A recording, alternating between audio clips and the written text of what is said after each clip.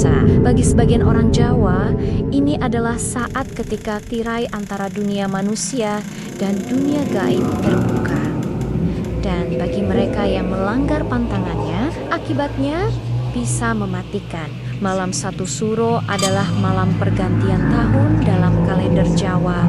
Ini bukan sekadar pergantian tanggal, tapi sebuah momen yang dianggap sangat sakral, penuh dengan energi spiritual yang kuat. Di malam ini, banyak orang melakukan berbagai laku prihatin atau tirakat. Ada yang berpuasa mutih, hanya makan nasi putih dan minum air putih. Ada yang melakukan ritual pembersihan diri, entah itu di sungai, laut, atau sumber mata air keramat. Tujuannya adalah untuk mendekatkan diri pada Yang Maha Kuasa, membersihkan jiwa, atau bahkan mencari kekuatan batin. Namun, para sesepuh selalu mengingatkan dengan tegas, salah niat, salah langkah, akibatnya bisa fatal.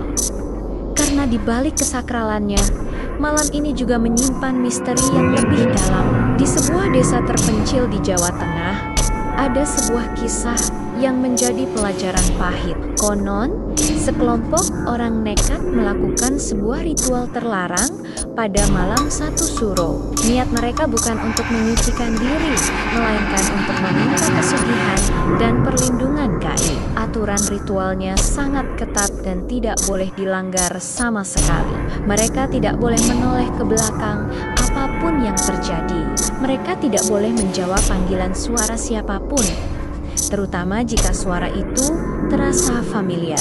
Dan yang paling penting, mereka tidak boleh meninggalkan lokasi ritual sebelum selesai. Namun di tengah kekhusyukan yang mencekam, salah satu peserta melakukan kesalahan fatal. Ia mendengar namanya dipanggil dengan lembut dari arah belakang. Rasa penasaran mengalahkan rasa takutnya, dan ia menoleh.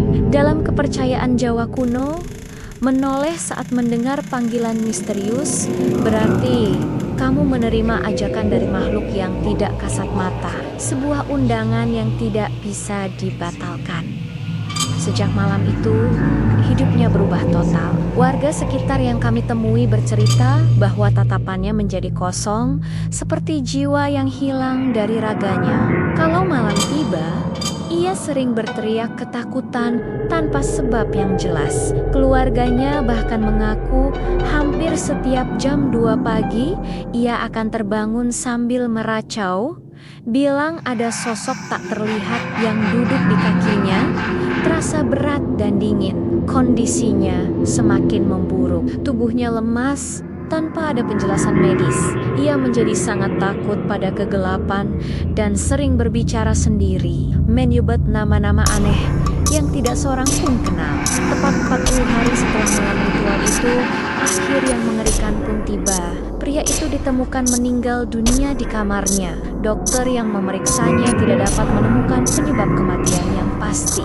Namun, bagi warga desa, jawabannya sudah jelas. Mereka percaya arwahnya telah diambil sebagai tumbal. Ritual yang dilakukan dengan niat yang salah dan tidak diselesaikan dengan benar telah meminta bayarannya. Dalam kepercayaan setempat, setiap entitas yang dipanggil dalam sebuah ritual harus dikembalikan dengan cara yang benar.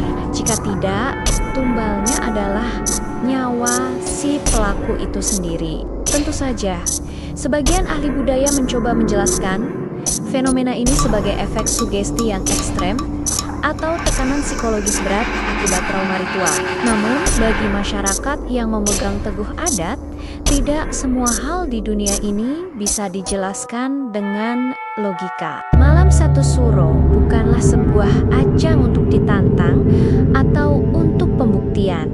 Ini adalah malam refleksi. Malam untuk menghormati tradisi leluhur. Karena ada hal-hal di luar sana yang kekuatannya melampaui pemahaman kita. Dan ada nama-nama yang seharusnya tidak pernah dipanggil. Kalau kamu ingin kisah horor nyata lainnya dari Indonesia, subscribe dan nyalakan lonceng. Karena cerita berikutnya mungkin terjadi di dekatmu.